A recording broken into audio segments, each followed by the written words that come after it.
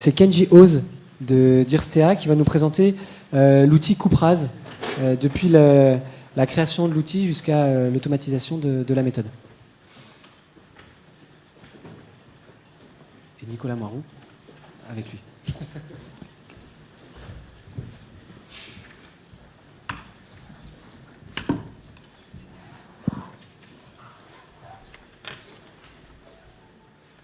Oui, bonjour.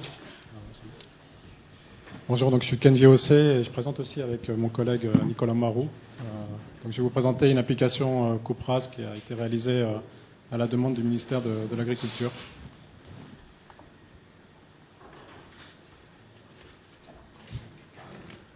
Je le copie, ouais, je vais la copier, ça sera plus simple.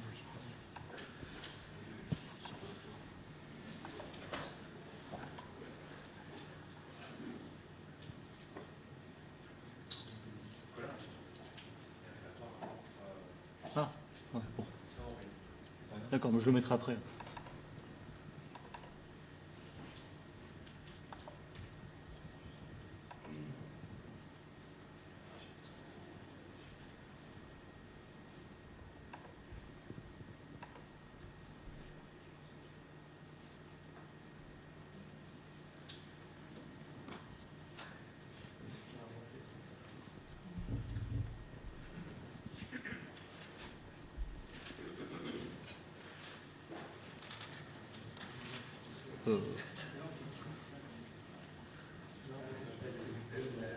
Il est connecté l'ordi ou à Internet ou pas?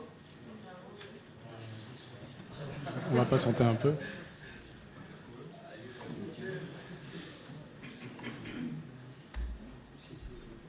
Ah, ouais.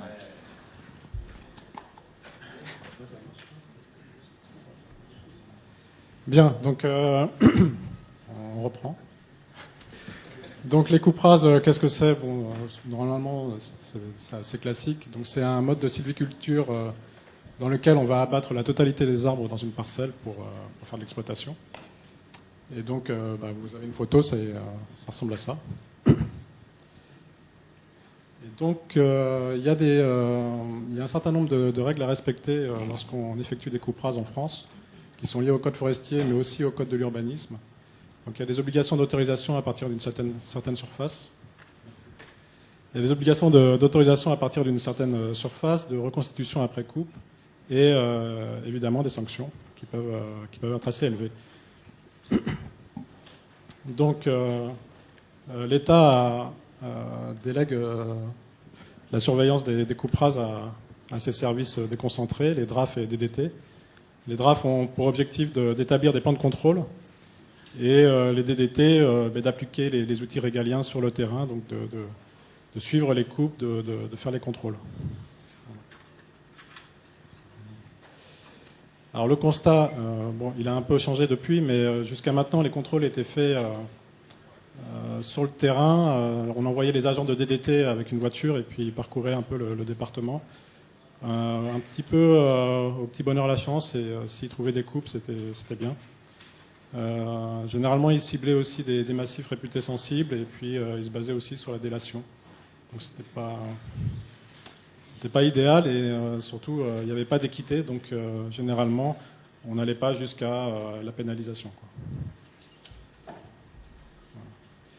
Donc le ministère nous a contactés en 2012 pour produire une cartographie annuelle des Couperase à partir d'imagerie satellitaire, et avec un certain nombre de spécifications techniques assez classiques. Donc de réaliser une cartographie annuelle des Couperase avec une précision thématique, taux de mission-commission de l'ordre de 10% en surface, une précision géographique d'1 hectare en unité minimale de cartographie, et puis dans un système de référence classique Lambert 93. À ça s'ajoute un certain nombre de contraintes, puisque l'État n'a pas beaucoup d'argent. Donc on devait essayer d'utiliser des données gratuites, des données satellitaires gratuites, transférer la méthode auprès des services de SIG, des DRAF et des DT qui n'ont pas forcément une expertise en télédétection, utiliser le logiciel QGIS et donc prévoir à terme un déploiement à l'échelle nationale. Donc la première phase de ces travaux s'est déroulée entre 2012 et 2015. Et IRSTEA a mis en place une méthode BIDAT qui se base sur l'exploitation de l'imagerie Géosud, qui est un équipex, et qui, depuis 2010, œuvre à la mutualisation de l'imagerie satellitaire haute résolution, avec des capteurs comme RapidEye, Spot 5, Spot 6.7. Et donc on a fondé cette méthode là-dessus, sachant qu'on travaille sur des capteurs différents, donc une hétérogénéité spatiale, spectrale et radiométrique. Donc la méthode en soi, elle n'est pas exceptionnelle, c'est de la détection de changement entre deux dates. Donc là, on a travaillé avec du NDVI, et c'est simplement une différence de NDVI ensuite avec un seuillage automatique. Mais il s'est avéré que ça marchait plutôt bien. Et donc dans un second temps, on a cherché à transférer ça sous QGIS, puisque à l'époque, on ne travaillait pas vraiment avec ce logiciel, en tout cas en télédétection. Donc on a transféré la méthode sous forme de guide méthodologique qui comprend deux parties. Une partie théorique qui rappelle un peu les fondamentaux en télédétection et ce qui correspond à la méthode, et une pratique sous QGIS. Pour simplifier aussi certaines étapes, on a développé un plugin QGIS qui s'appelle Géosud TOA Reflectance, dont l'objectif est simplement de convertir les données en réflectance apparente. Et enfin, on a assuré un certain nombre de formations avec AgroParisTech et labellisé par le ministère de l'Agriculture. Donc là, c'est un peu la chaîne de traitement déployée sous QGIS. Donc vous voyez que en fait, chaque case blanche correspond à un traitement, les cases vertes et violettes, ce sont les données d'entrée.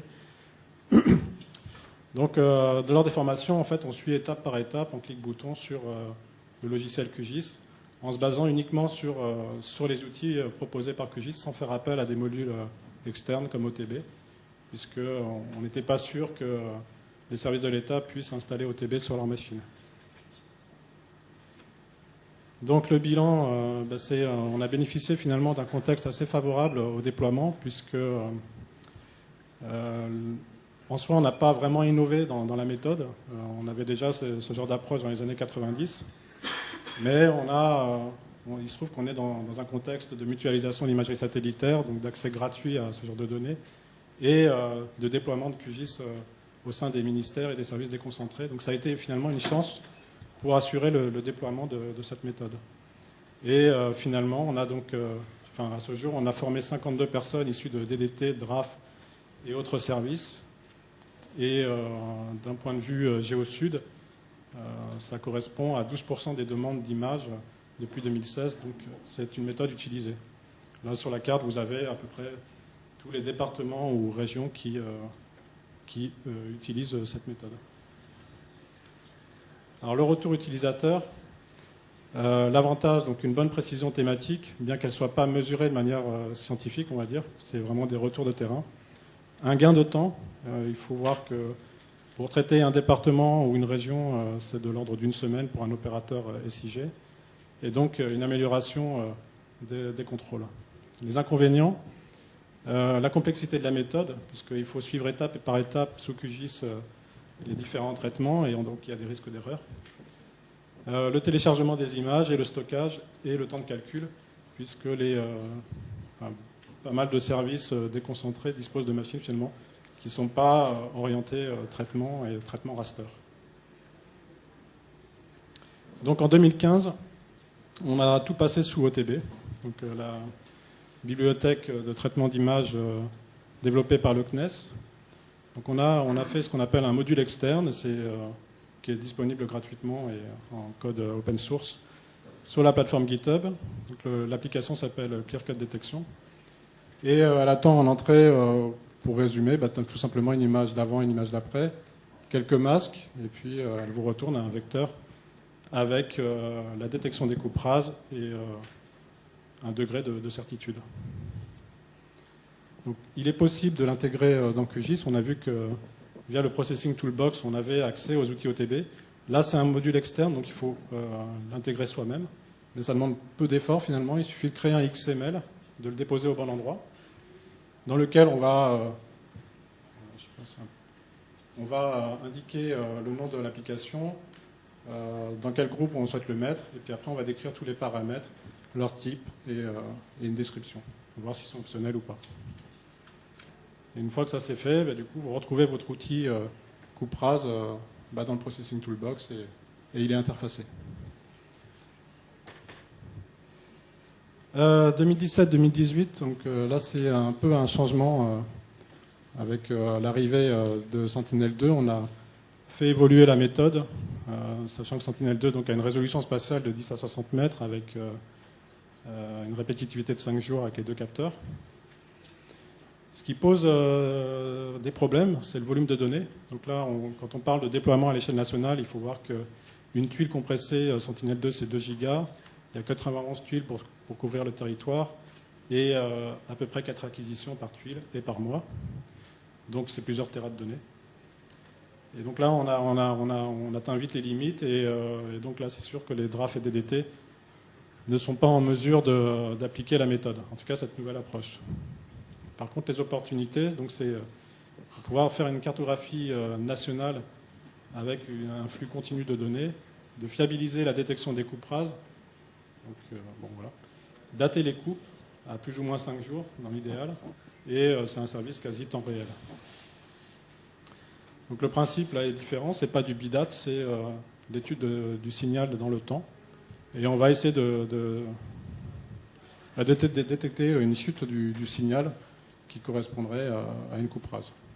Moi, je ne rentre pas dans les détails.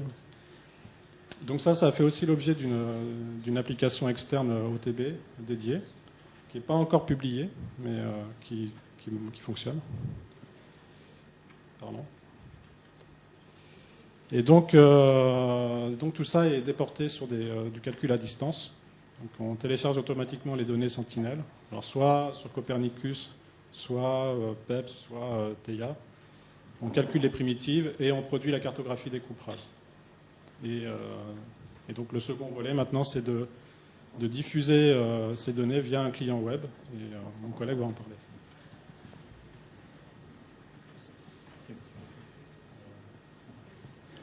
Oui, donc à l'issue du traitement dont a parlé Kenji, on obtient des couches shape qui sont en fait les polygones représentant les différentes coupes rases qui ont été détectées. Le souci à la fin du traitement, c'est qu'en fait on obtient 91 shapes, je crois, c'est ça. Enfin à peu près 90 shapes, j'ai mis sur mon slide, qui sont des tuiles en fait sur lesquelles le traitement a été appliqué. Donc en fait on n'a pas une vue globale de l'ensemble du territoire. Les données sont éparpillées dans des fichiers différents. Donc ce qui serait intéressant, ce qui est intéressant et qu'on a commencé à faire, c'est de diffuser les données obtenues sur une plateforme web qui permet d'avoir une vision globale de l'ensemble des coupes rases détectées sur la France. Donc on a mis en place une infrastructure web pour diffuser ces informations. Donc déjà pour commencer, on a automatisé via un script l'intégration des résultats, donc des 91 shapes dans une base de données PostGIS, pour avoir tout dans la même table et tout ensemble. Donc là j'ai fait un petit script assez simple avec la commande OGR to OGR pour traiter les données, les intégrer donc dans une base de données PostGIS avec un index spatial. Donc pour info, en améliorant bien le script et en l'optimisant bien, on arrive à peu près à faire un traitement qui pour l'ensemble des 91 shapes qui représentent 1,5 million de polygones, mais entre 1 et 2 minutes à s'exécuter. Donc au début, on pensait qu'on serait plutôt sur des durées d'un quart d'heure, et puis finalement, bon, c'est super performant, quoi. Alors une petite astuce pour ceux qui veulent faire ça, pour faire l'intégration de données assez volumineuses comme ça dans une table PostGIS, faites-le au niveau du script sans index spatial, et on met l'index spatial à la fin. Ça va beaucoup plus vite, d'un facteur 10. Hein. Donc en testant, je me suis rendu compte de ça. Donc ne pas créer l'index spatial au début, mais à la fin, une fois que toutes les données sont importées dans la table. Bon, ça c'est la petite astuce du geek, en passant. Donc après, on veut diffuser ces données au niveau d'un serveur cartographique. Donc là, on a mis en place un flux WMS. La solution retenue, ça a été QGIS Server. Hein. J'ai pas mal d'acquaintances avec certains amis, pas très loin, là, juste à côté, qui m'ont beaucoup vanté les mérites de cette solution. Donc je suis très convaincu par QGIS Server. C'est très pratique pour la symbologie des couches, on utilise QGIS, on va pas. J'ai beaucoup travaillé à une époque avec MapServer. La symbologie des couches avec un mapfile, ça va 5 minutes, mais bon, c'est lourdingue. Bon, donc c'est beaucoup plus pratique. Donc QGIS Server. On met en cache les tuiles aussi avec un serveur de tuiles, donc un de tuiles web, MapCache. Pour ceux qui connaissent, bon, je ne vais pas rentrer plus dans les détails. Hein, c'est un module du serveur web Apache. Et donc après, par contre, il faut réaliser l'interface cartographique côté client, donc pour l'interaction avec l'utilisateur. Alors moi qui suis un peu geek et un peu développeur, j'ai des compétences en programmation dans ce domaine-là, donc j'ai utilisé la librairie OpenLayers directement, qui est une librairie de programmation en JavaScript qui permet de faire des interfaces carto web. On fait aussi l'affichage des informations attributaires des polygones dans une pop-up via une requête getFeatureInfo qui est un standard du protocole WMS. Voilà, donc pour l'instant j'ai utilisé OpenLayers parce que je sais faire, voilà, mais c'est du code. Alors le résultat obtenu global, l'interface, ben voilà. Alors je me suis pas trop embêté au niveau du décor autour, hein, c'est brut, il y a un titre et la carte. Voilà. On voit le résultat global sur la France entière. Alors du coup, ça nous a permis de voir quelque chose d'intéressant qu'on n'avait pas trop vu avec les tuiles un peu éclatées. C'est ce petit effet de bande qui apparaît. Donc là, on est en train de chercher des explications. Il y a sans doute une histoire de cache avec les nuages. C'est des traînées du satellite à des dates différentes, donc il y avait des passages où il y avait sans doute plus de nuages. Du coup, on voit l'effet bande qui apparaît avec il y a des endroits où on n'a pas pu détecter les coupes rases parce qu'il y avait des nuages, quoi. Voilà, donc ça fait un peu cet effet étrange, mais voilà. Alors, au niveau de l'interface, quand on zoome un peu, là, on a zoomé sur la zone qui est la zone de Bordeaux, là-bas à gauche, où il y a énormément de détection dans les Landes, les coupes rases, il y en a pas mal. Donc pour tester un peu les performances, j'ai zoomé sur cette zone-là et voilà, en voilà un exemple. Là, il y a pas mal de détection un peu partout. Donc là, c'est vers Mont-de-Marsan. Voilà, donc vous voyez les polygones. Alors la symbologie, c'est il y a deux classes de polygones. Les classes, ça correspond à une espèce de certitude, un niveau de certitude sur la détection. Il y a deux classes 1, 2. On a représenté en jaune la classe 2 et en rouge la classe 1. Voilà. Donc après pour les détails, il faut voir plutôt avec Kenji, mais donc on a fait une représentation, une symbologie assez simple en fait. Hein. Voilà. Et ensuite, juste avec un zoom un peu plus précis, on a remarqué quand même une chose intéressante, c'est qu'il y a une bonne adéquation entre les détections de coupe rase et le fond carto. Alors pour le fond carto, j'ai mis OpenStreetMap. C'est marrant, j'ai pas mis Google. Donc j'ai mis OpenStreetMap et c'est intéressant parce qu'on voit bien au niveau des coupes rases les trous dans les coupes, on voit bien passer les chemins qui sont dans les données OpenStreetMap, les rivières aussi, la forme des rivières, donc ça colle assez bien. On a une bonne synchronisation entre les deux sources de données finalement, donc on est content. On se dit les données OpenStreetMap elles sont bien et puis nos détections de coupe rase elles sont bien aussi. On fait d'une pierre deux coups, voilà. Donc les deux ont l'air bien, hein. En tout cas les deux sont d'accord. Hein. Et puis pour finir, donc les évolutions futures qu'on envisage au niveau de la plateforme. Alors déjà pour l'instant on n'a pas publié ça du tout, c'est pas accessible aux utilisateurs, on est sur un serveur interne donc on s'est pas embêté sur les accès, les droits d'accès, mais il va falloir qu'on y pense, quoi. Gérer les droits d'accès en fonction de ceux qu'on veut autoriser à voir ça, il faudra qu'on réfléchisse.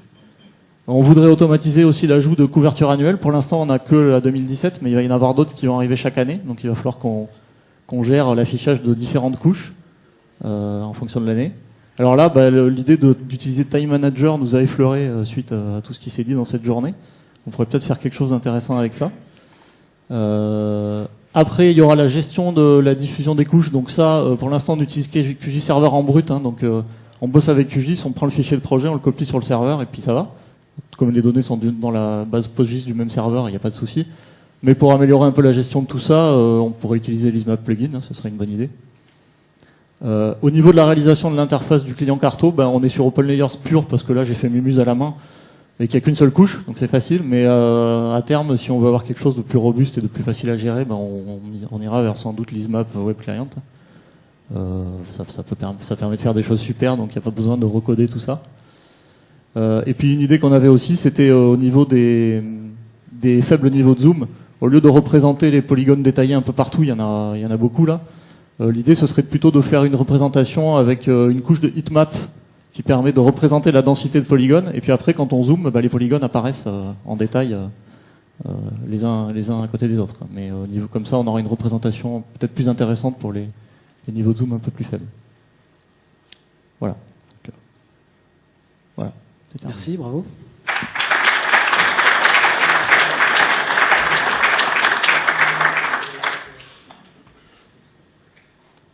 On a le temps pour quelques questions. J'en ai une petite, mais après je te passe la parole, Mickaël. Avec l'arrivée de Sentinel et la haute résolution temporelle, Donc on a vu l'intérêt que ça pouvait avoir pour les coupes rases. Est-ce qu'il y a d'autres applications sur le suivi de la végétation, par exemple, je pense à l'agriculture, qui sont envisagées? Oui, il y en a plein. Maintenant, il y a, dans le domaine forestier, enfin, moi je suis plus dans le domaine forestier, mais dans le domaine forestier, on travaille aussi sur la mortalité des arbres, donc détection précoce de maladies. Mais il y a des applications en agriculture, évidemment. Et est-ce que sur ces démarches-là, l'objectif c'est de faire la même démarche avec la publication jusqu'à un plugin QGIS, puis la publication web? La première démarche, c'est effectivement d'automatiser au maximum. Donc là, pour les coupes rases, on a eu de la chance, il n'y a pas besoin de paramétrer quoi que ce soit. En fait, il suffit d'injecter les images et c'est parti. L'objectif pour nous, c'est surtout de développer de valoriser ça sous forme d'application OTB. Et après, éventuellement, de les transposer sous QGIS. Mais comme on le voit, c'est pas forcément très compliqué.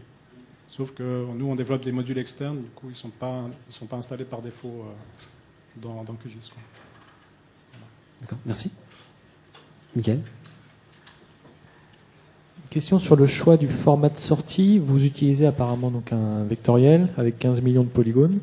Donc, bon, j'imagine que vous avez une machine un peu solide. Comment vous avez arbitré le choix entre un raster et un vecteur pour le stockage des données finales?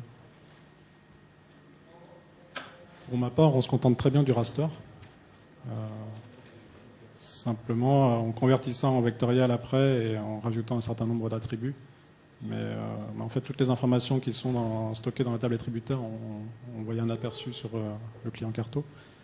La date de coupe, l'intensité, l'amplitude de la coupe, etc. Tout ça est conservé sur plusieurs bandes d'un même raster en fait. Mais c'est pour des questions pratiques et de diffusion, de téléchargement aussi. Okay. Dernière question. Oui, en arrière-plan, là, vous ne pouvez pas faire apparaître le cadastre, par exemple, sous forme de flux WMS. Parce que si j'ai bien compris, c'était pour répondre à une demande de l'administration pour faire des contrôles. Donc à la limite, on pourrait croiser, identifier immédiatement les parcelles cadastrales concernées, non? On pourrait faire ça sans problème. Là, en fond de plan, je voulais juste avoir un fond de plan pour avoir un affichage qui soit joli. J'ai pris OpenStreetMap, mais on peut rajouter autant de couches qu'on veut. Après, là, pour l'instant, c'est du code fait à la main. Donc si je veux rajouter des couches, il faut que j'aille taper du code. Mais si on utilise l'ISMAP, après, c'est plus simple, quoi. On peut rajouter les couches qu'on veut assez facilement. Donc on pourrait effectivement rajouter la couche cadastre en fond pour l'affichage et puis après faire des interactions entre les deux, afficher des trucs. Extraire les références cadastrales concernées par la coupe? Par exemple, oui, si c'est utile. Bah oui, pour aller faire du contrôle.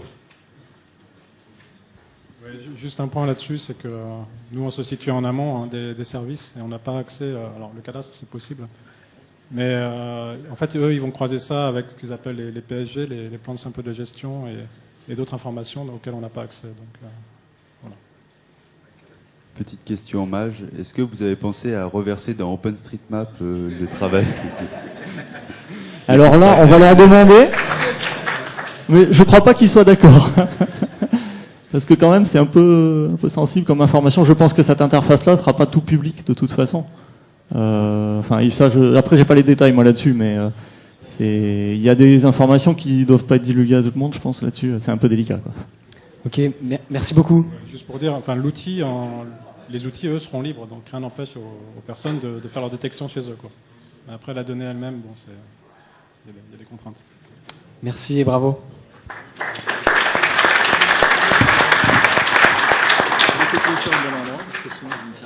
Je peux le faire après, juste quand il aura fini. Je voulais juste, c'est la fin de la journée, la fin de cette 5e journée des utilisateurs de QGIS. Je voulais juste, avant de vous laisser repartir, remercier les différentes personnes. Donc Nina va m'aider en affichant les personnes que je dois remercier et ne pas oublier.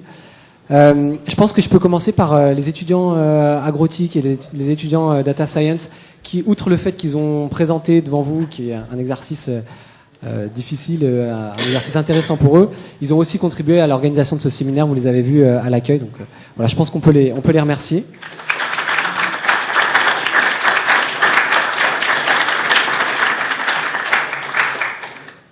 On va s'auto-remercier en remerciant les organisateurs, donc Montpellier Supagro, l'équipe agrotique, et puis toute l'équipe de l'OSGO.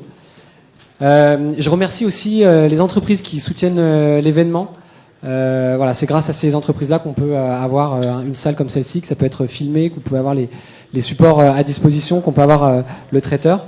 Donc merci aux mécènes de l'événement, Geodatavor, Camp2Camp 3 Lise.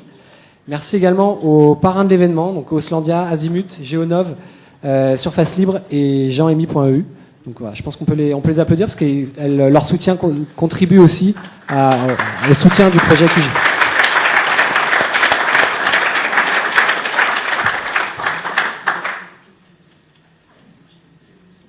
Okay. Et une dernière information. Je vous rappelle qu'il y a le Phosphorgé le 16 et 15-16-17 mai 2017. Voilà, donc vous êtes tous conviés. 2018. Vous y êtes tous conviés et vous êtes également conviés aux 6e journées QGIS qui auront lieu l'année prochaine au mois de décembre à Montpellier. Merci à tous.